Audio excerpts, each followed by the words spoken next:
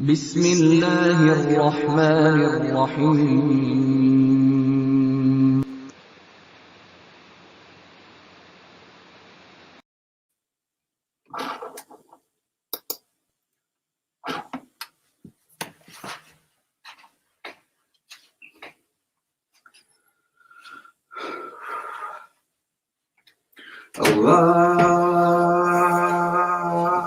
Allahu Akbar, Allahu Akbar, Allahu Akbar, Allahu Akbar. Ashhadu an la ilaha illallah.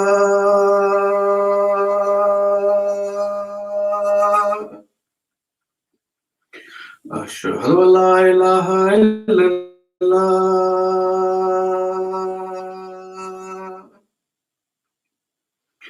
Ashhadu anna Muhammadan Rasulullah.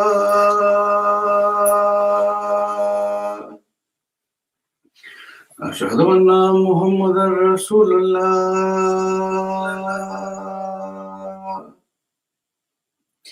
Hayya ala salah.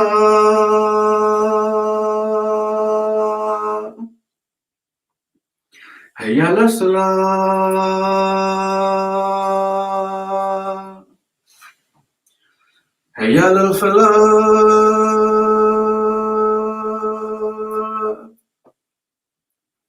Hayya ala falah.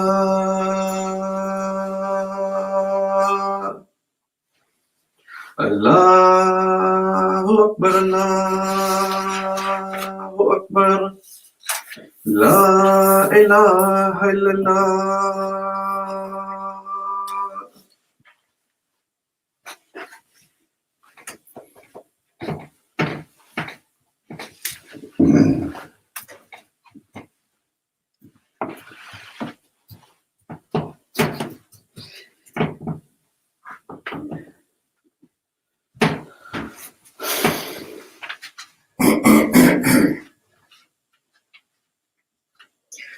أشهد أن لا إله إلا الله وحده لا شريك له وأشهد أن محمدا عبده ورسوله أما بعد فأعوذ بالله من الشيطان الرجيم بسم الله الرحمن الرحيم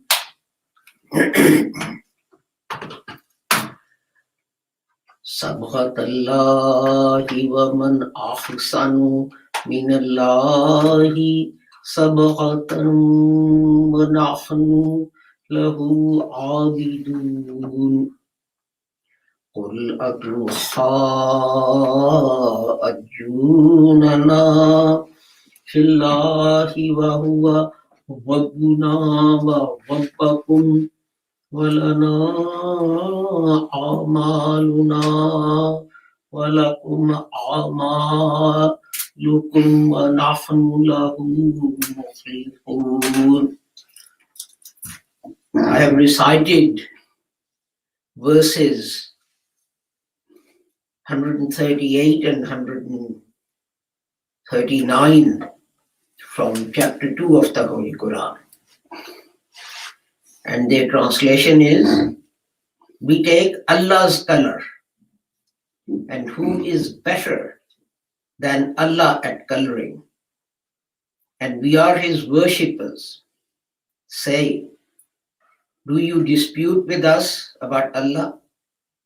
And he is our Lord and your Lord. And for us are our deeds, and for you, your deeds. And we are sincere to him. Sadaqallahu al-aliyyul azim. What I want to consider today is the word mukhlithun. What does that mean? And its root is Ha, La, Ha. And its literal meaning is that you take something and you purify it. You remove all the dirt and pollution and everything from it. And it becomes pure. Now, that also means that you're separating what is pure from what is impure. And for example, khalaqa minal qawmi means that he separated from his people, from his nation. And al-mukhlithu is the word used for those that God separates from others and assigns to them a particular task. In chapter 12, verse 24, it says, Innahu min ibadi nal mukhla min. And he had been separated from the other people, from ordinary people. To do what? For a particular task. Because obviously prophets come to undertake a particular task on behalf of God. As I said, there are two words. Khalis is when you purify something. You have something, it's like when you dig up uranium from the ground. What you have is uranium mixed up with dust and dirt and sand and whatever else you have. And then you put it in a centrifuge and you purify it. Now, the other word is a fafi. And what that means is something that didn't need to be purified. That was already pure. But we're talking about khalis here. So we're talking about something that had something in it that needed to be purified. And in the Holy Quran, this is used in these words in many places. وَنَحْنُ لَهُ مُخْلِصُونَ, chapter 2, verse 139. And we only worship him. Now you see, that's very interesting. Those who believe in Allah, they're supposed to say, وَنَحْنُ لَهُ مُخْلِصُونَ. We only depend on him. We only worship him.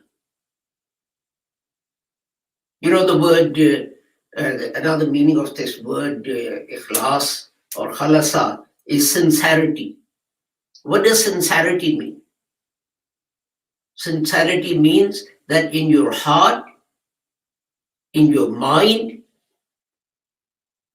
there is no ulterior motive for doing anything. You are sincere in what you're saying. If you advise someone about something, you're giving the correct advice, the right advice. So when we say that we only worship Allah. And then we run around. When something happens, what do? We run around. We go to this peer and we go to that peer, and we go to the grave of some saint who died centuries ago, and we say, please, Dada Sahib, grant us this. Please, so-and-so, grant us that. Does this verse then apply to you? وَنَحْنُ لَهُ مُخْلِفُونَ. Are you sincerely only worshipping Allah? Or if not dead people, then you run to living people. When giving advice, you don't give the right advice to people because it might upset them. You know, you're the president, you go to the president of your country and he comes up with some scheme which is totally silly. And he asks your advice and you think, hang on, if I give him the corrected advice, if I tell him this is a harebrained scheme that is going to destroy the country, he's going to remove me from being the minister. So let us say, well done, sir, no one else could have thought of this. So you're not mukhlis.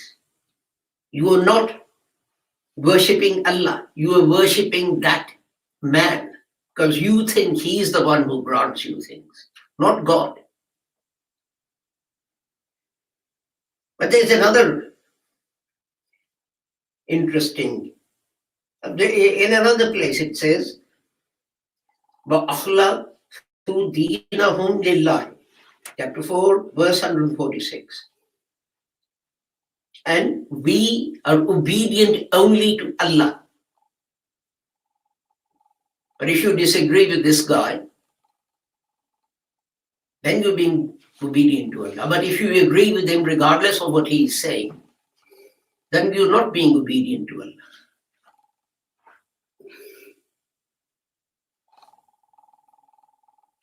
And this is what the prophets of Allah do. The Holy Quran says, إِنَّهُ كَانَ مُخْلَصًا وَكَانَ رَسُولًا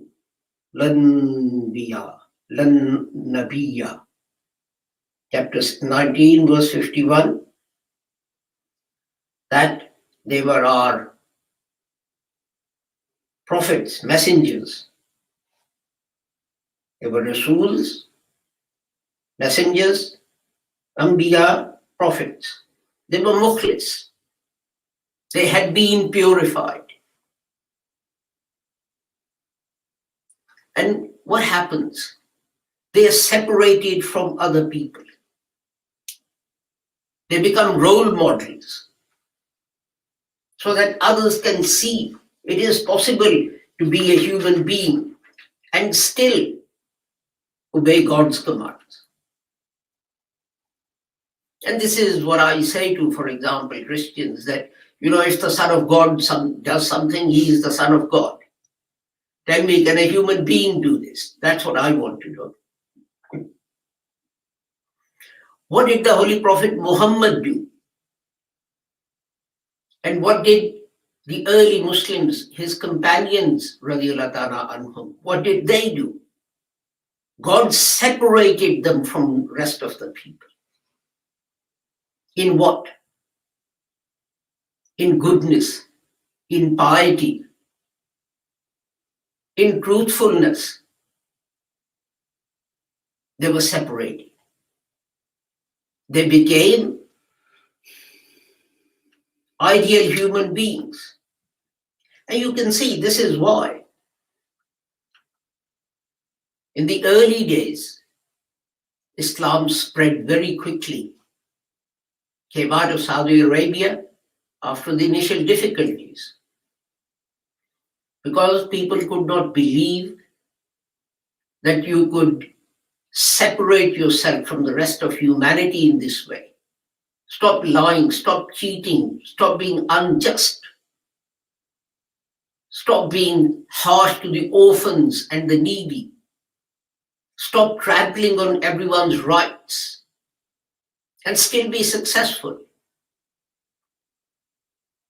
The measure was, if I don't deceive this customer and earn a profit from him, how will I be successful? But then people saw that this group separated themselves from others who did these things, and they became a beacon of light. God separated them from other human beings, and wherever they went, people looked at them and they marveled.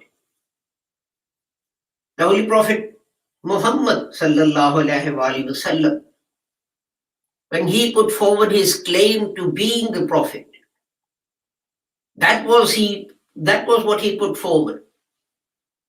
I'm different from you. I'm separate from you. You lie. Have you ever known me to lie? You cheat. Have you ever known me to cheat? You do all these bad things. Have you ever known me to do these bad things? I have separated myself from you in these things. And I have been purified. God purified me. You know this story about the Holy Prophet when he was very small. He was out in the desert, and some people came, and it is said they opened his breast and they took out his heart and they washed it and then put it back.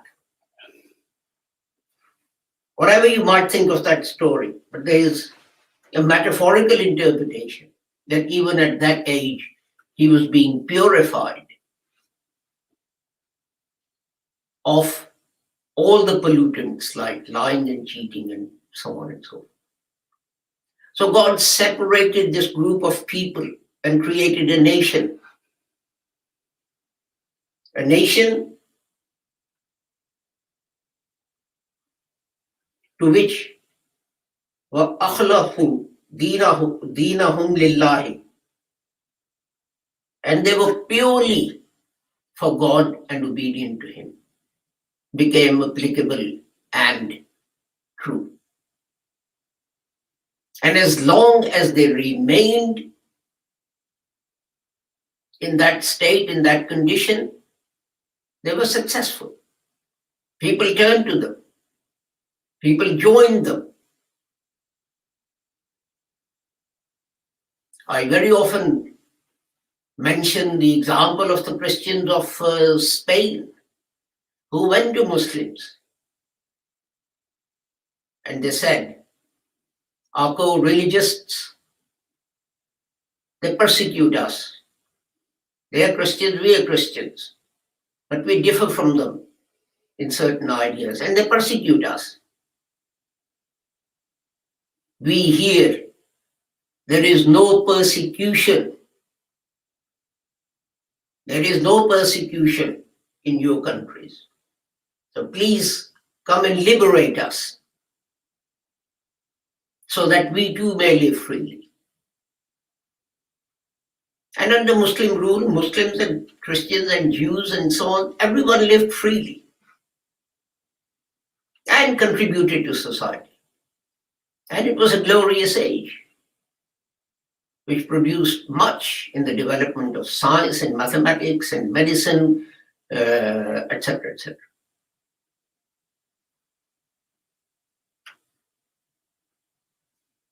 And that was the purpose of which we have lost sight. This is why God sends reformers. Yes, they reform our ideas and our practices and so on, which have crept into Islam from other religions. But their job is also to purify human beings and create a group of people. Create a group of people which is separate and different from others. Separate and different in what? In goodness, in honesty, in truthfulness. And we had examples from the life of the promised Messiah, Hazrat Mirza Ghulam Ahmad Sahib, where such examples shone through of how MDs were honest, meticulous in being honest. Here's the example,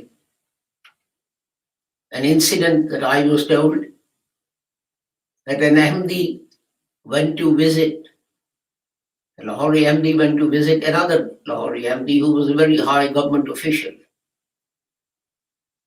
And this government official wanted to make some notes.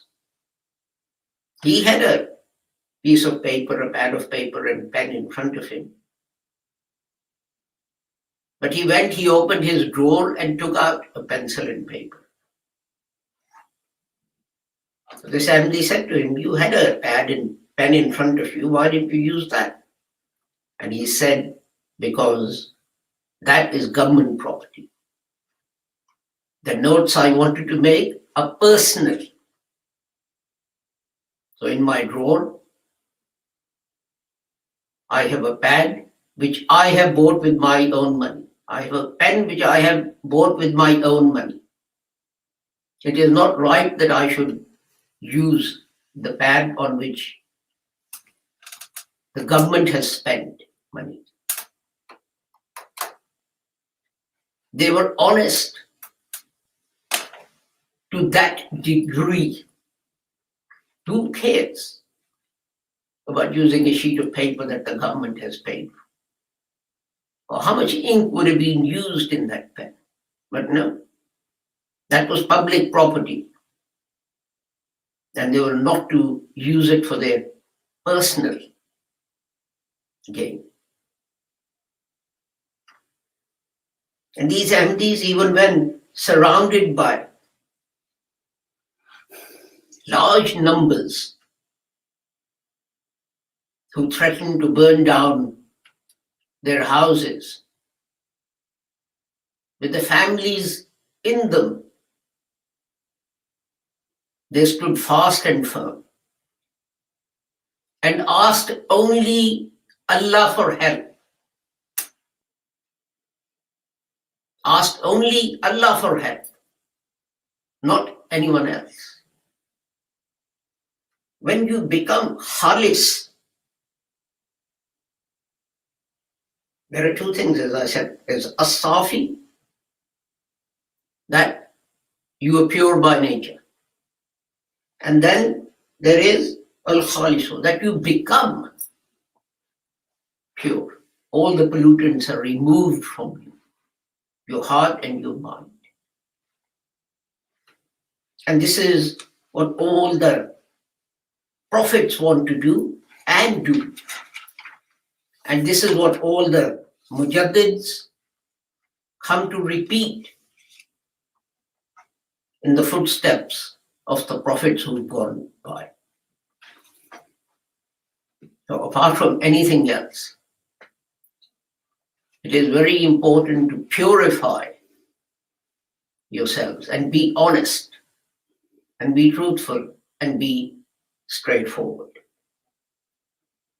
Barakallahu lana wa lakum fil Qur'anil azim wa nafa'ana wa iyyakum bil ayati wa zikril hakim innahu ta'ala jawadun karimun malikun barrun rahim.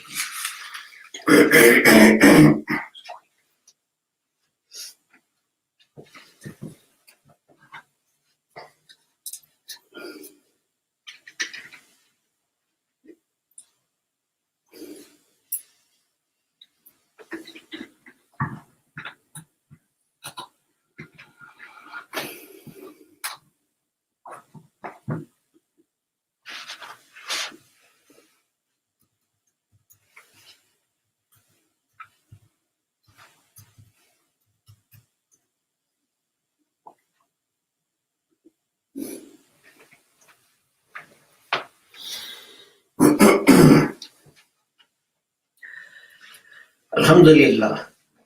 Alhamdulillah nahmaduhu wa nasta'inuhu wa nastaghfiruhu wa nu'minu bihi wa natawakkalu alayhi wa na'udhu billahi min shururi anfusina wa min sayyiati a'malina man yahdihillahu fala mudilla lahu wa man yudlilhu fala hadiya lahu wa ashhadu an la ilaha illallah wa ashhadu anna Muhammadan abduhu wa rasuluhu. Allahumma salli ala Muhammadin wa ala ali Muhammadin kama sallaita ala Ibrahim wa ala ali Ibrahim innaka Hamidum Majid. Allahumma barik ala Muhammadin wa ala ali Muhammadin kama barakta ala Ibrahim wa ala ali Ibrahim innaka Hamidum Majid. Allahumma ansur man nasara dina Muhammadin sallallahu alayhi wa sallam waj'alna minhum. واقتل من خذل دين محمد صلى الله عليه وسلم ولا تجعلنا منهم. عباد الله رحمكم الله. إن الله يأمر بالعدل والإحسان وإيتاء ذي القربى وينهى عن الفحشاء والمنكر والبغي يعظكم لعلكم تذكرون. اذكروا الله يذكركم وادعوه يستجب لكم ولذكر الله أكبر والله يعلم ما تصنعون.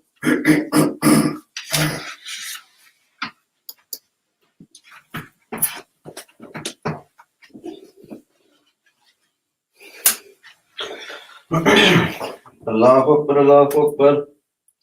Ashhadu an la ilaha illallah, ashhadu anna Muhammadar Rasulullah. Hayya salah, hayya falah. Qad qamatis salah.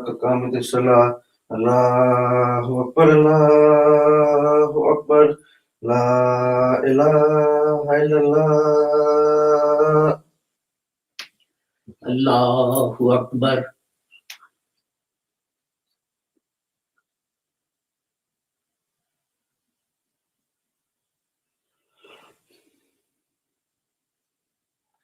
Alhamdulillahi Rabbil Alamin.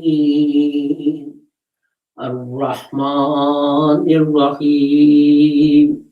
Maliki Yawmiddin. Iyyaka na'budu wa iyyaka nasta'in.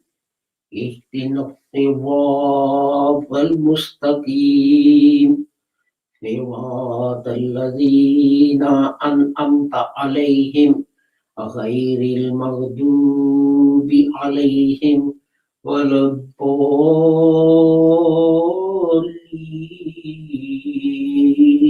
آمين. والعصر إن الإنسان لفي خسر إلا الذين آمنوا وعملوا الصالحات وتواصوا بالحق وتواصوا بالصبر. الله أكبر.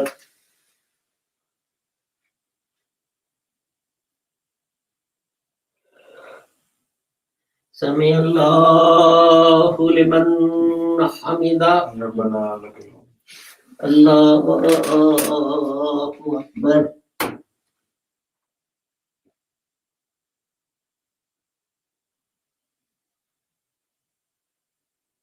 Allahu Akbar.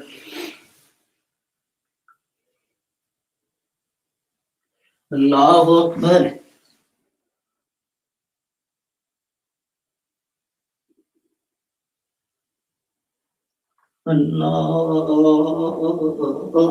Allahu Akbar.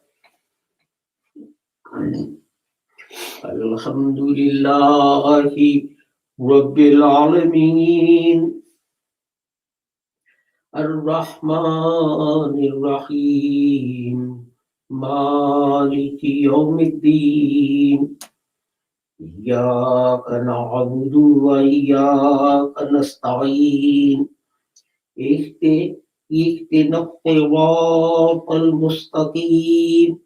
Siratal ladzina an'amta 'alaihim ghairil maghdubi 'alaihim waladdallin.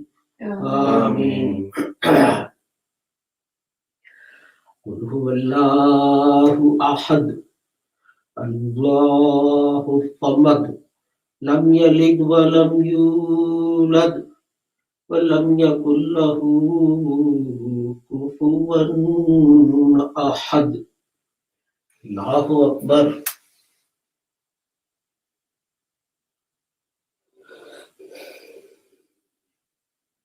Sami Allahu liman hamida. ربنا لك الحمد. Allahu Akbar.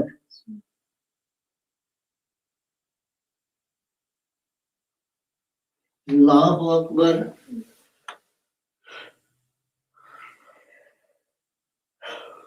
Allahu Akbar.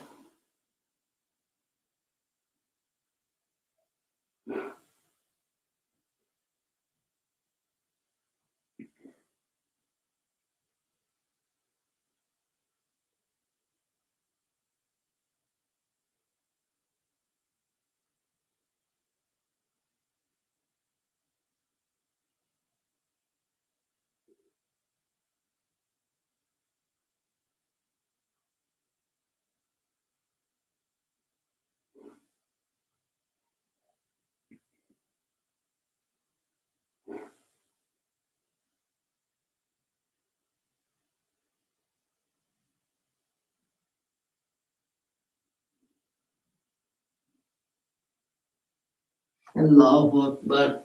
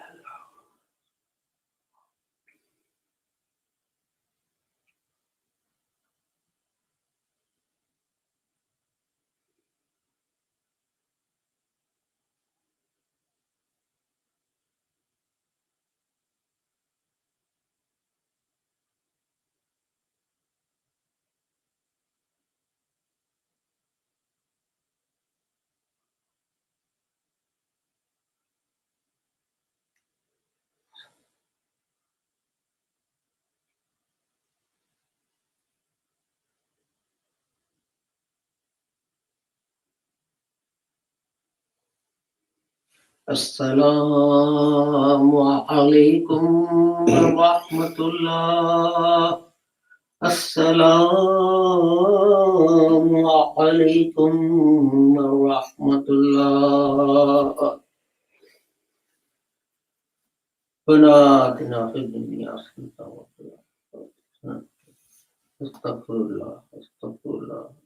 Min kulli dhanbin wa Allahumma anta salam wa anta salam. Tabarakta.